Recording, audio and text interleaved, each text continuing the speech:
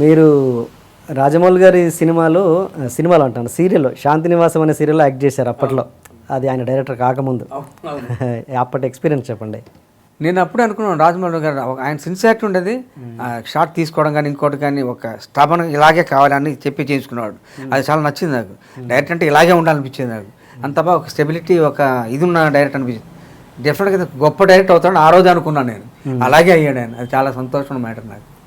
Shanti Nivasam serial ఆయన దగ్గర నుండి చేయించుకున్నాడు. అది రాజేంద్ర గారి ఆధ్వర్యంలో జరిగిన సీరియల్ అది. మన బర్త్డేకి మీకు విషెస్ పెట్టాడు, ఆ విషయం తెలుసా? బర్త్డే విషెస్ పెట్టారు కానీ మరి నా బర్త్డే రాంగ్గా పెట్టారు వాళ్ళు. నాది May 18th పుట్టింది, 1959 May 18th. మరి దాంట్లో వేరే రకంగా పెట్టారంట. తెలియక పెట్టిండవచ్చు. Okay okay.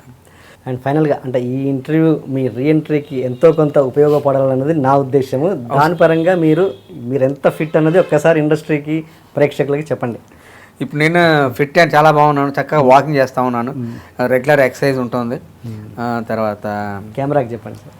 ఇక్కడ ఇంతకుముందు కంటే ఇప్పుడు బాగా హెల్తీగా ఉన్నాను.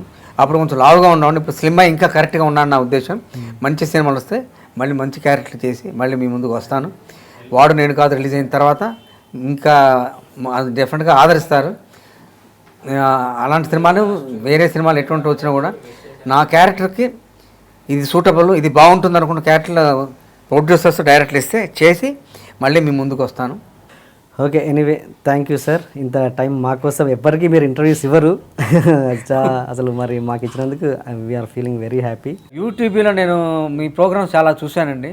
నాకు చాలా ఆనందంగా అనిపించింది. ఇప్పుడు తేజ గారు చెప్పింది కానీ తర్వాత చోటా నాయుడు చెప్పినవి, భరణి గారు చెప్పింది చూశాను. నాకు చాలా ఆనందం అనిపించింది. ఈ ఇంట్లో కూడా సక్సెస్ అయ్యి జనంలోకి బాగా వెళ్తుందని తెలుసు. తద్వారా మంచి సినిమాలు వస్తే హ్యాపీగా ఫీల్ అవుతాను. Thank you. యూట్యూబ్లో కలుసుకున్నందుకు చాలా సంతోషంగా ఉంది. Right sir, thank you. మీరు హీరోగా స్టార్ట్ చేశారు సార్ తమిళ్లో. అవును, హీరోగా చేశారు. తర్వాత విలన్గా చేశారు. భోగభాగ్యాలు, కృష్ణ గారి టైంలో అప్పటి నుంచి భోగిమంటలు. తర్వాత మళ్ళీ కమెడియన్ అయ్యారు, మళ్ళీ కమెడియన్గా చేశారు. ఈ జర్నీలో ఈ మూడు ఇదిలో ఏది మీకు ఎక్కువ కష్టంగా అనిపించింది? నాకు కష్టం అంటే ఏది లేదండి. నేను ఒకటే అనుకునేవాడిని, నేను చేసే క్యారెక్టర్ కామెడీ అయినా విలనిజం అయినా. ఇప్పుడు ముత్యమంతం ముద్దు ఉంది, మజ్ను ఉంది, విలన్ అవుట్ ఆన్ డట్ విలన్. అది ఎలాంటి విలన్ అంటే డిఫరెంట్ విలన్ అది.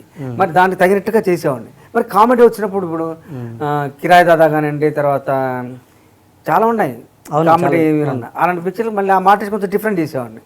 అలాగే క్యారెక్టర్ పరంగా నా యాక్టింగ్లో కానీ మోడలేషన్ కానీ డిఫరెంట్ ఉండేది తప్పితే ఇదే అన్నట్టుగా ఉండేది కాదు.